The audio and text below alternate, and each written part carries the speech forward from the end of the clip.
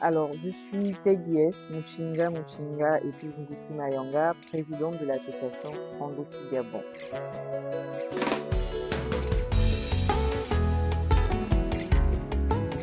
L'endométriose est une maladie inflammatoire chronique qui est très souvent liée à des règles douloureuses. Donc, la douleur reste l'un des symptômes à ne pas banaliser. Et comme cause liée à la maladie, donc nous avons des douleurs déjà lors des règles, des douleurs lors des rapports sexuels, de la fatigue chronique, des ballonnements, des douleurs pelviennes. Ce sont toutes ces douleurs-là qu'il ne faut pas banaliser. Lorsqu'on se retrouve dans tous les symptômes, il est donc important de consulter pour savoir s'il s'agit ou non d'une endométriose. Mais quand même, je tiens à rappeler que toutes les règles douloureuses ne sont pas forcément de l'endométriose.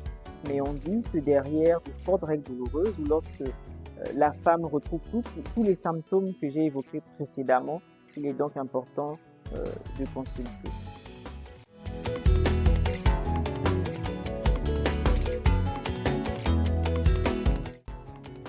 Alors, au niveau du Gabon, on n'a pas encore de chiffres exacts en ce qui concerne la maladie, mais il faut dire que il y a eu au niveau du laboratoire du centre universitaire de santé des analyses sur des échantillons allant sur près de 30 années, et on s'est rendu compte que sur à peu près 6666 dossiers, il y avait quand même un taux de prévalence de 7%, qui reste quand même assez énorme. Il faut qu'il y ait au niveau du Gabon des formations, que la formation soit intégrée dans le programme universitaire au niveau des écoles de santé, pour qu'il y ait naturellement connaissance de la pathologie et que la recherche donc évolue à ce niveau-là.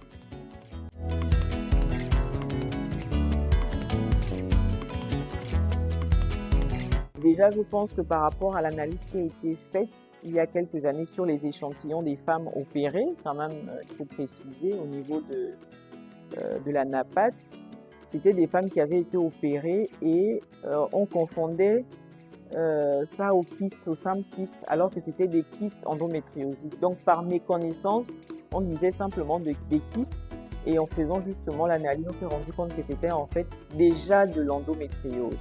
Au niveau de nos sensibilisations, oui, nous avons sensibilisé dans les écoles parce que l'on sait très bien que les premières règles commencent en milieu scolaire, donc les ménorrhées, dès l'adolescence. Et on s'est rendu compte que plusieurs adolescentes déjà se plaignaient de règles douloureuses, mais en plus de règles douloureuses, il y avait d'autres symptômes. Donc des douleurs lors de la défécation, des vomissements, des saignements abondants, des énormes caillots de sang, des adolescents qui s'évanouissaient même en classe.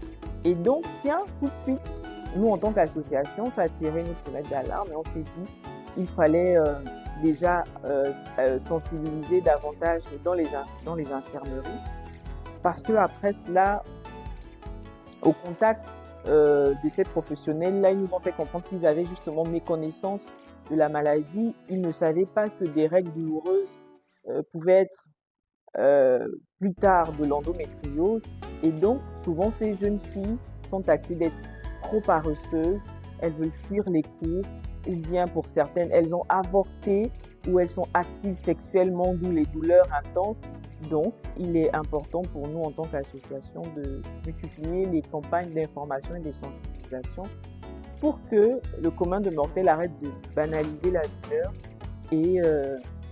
et éventuellement qu'il y ait un comportement adéquat lorsqu'une jeune fille se plaint de règles douloureuses. On en parle parce que nous-mêmes, on en a souffert. On a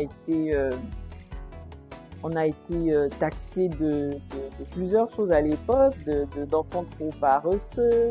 Elle ne veut pas faire les travaux domestiques à la maison, elle ne veut pas aller à l'école, elle ne veut pas.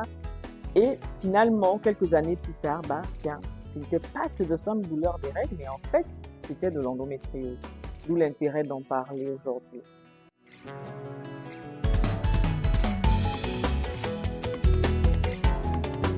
Au niveau de l'endométriose, on parlerait de diagnostic. Le retard de diagnostic est dû au manque d'informations sur la maladie.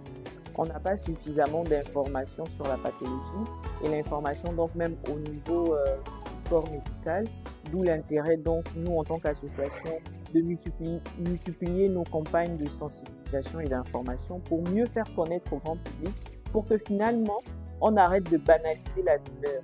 Parce que dans notre pays, on s'est rendu compte que déjà parler des règles, c'est tabou. Et lorsque l'on parle de règles, on a déjà normalisé la douleur.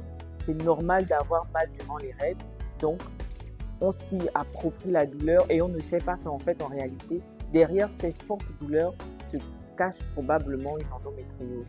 Donc, c'est le manque d'informations qui fait en sorte que ça reste toujours tabou, je pense. Donc, il est important de continuer à sensibiliser à tous les niveaux, toutes les couches, parce que finalement, tout le monde est impacté par cette maladie de façon ou d'une autre.